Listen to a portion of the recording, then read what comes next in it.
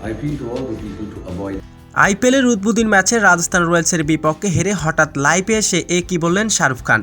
মুস্তাফিজুরকে নিয়ে শাহরুখ খান এমন মন্তব্য করলেন যা সুখবর দিয়েছেন, যা শুনলে আপনিও অবাক হয়ে যাবেন।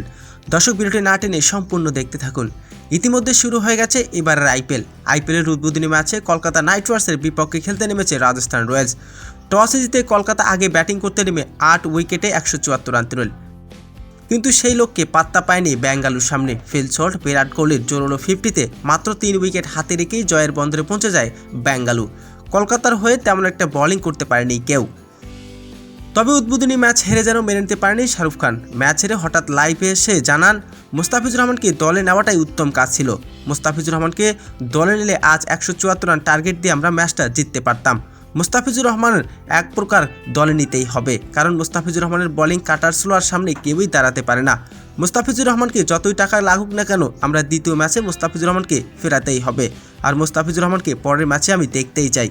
তো দর্শক, শাহরুখ খানের এমন মন্তব্য আপনার কেমন লেগেছে জানিয়ে দিন আপনার মূল্যবান মতামতটি কমেন্ট বক্সে।